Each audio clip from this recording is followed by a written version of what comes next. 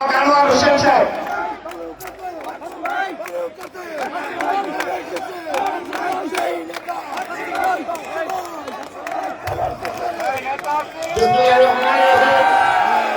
আজকের মহতি অনুষ্ঠানে সভাপতি উপস্থিত হয়েছেন আমাদের আপনাদের প্রিয় নেতা আমার প্রিয় নেতা জনাব ফখরুদ্দিন আহমেদ বাচ্চু সাহেব উপস্থিত হয়েছেন। আমার প্রিয় নেতা বর্ষী বাজার সংগ্রামী সভাপতি ডাক্তার মোহাম্মদ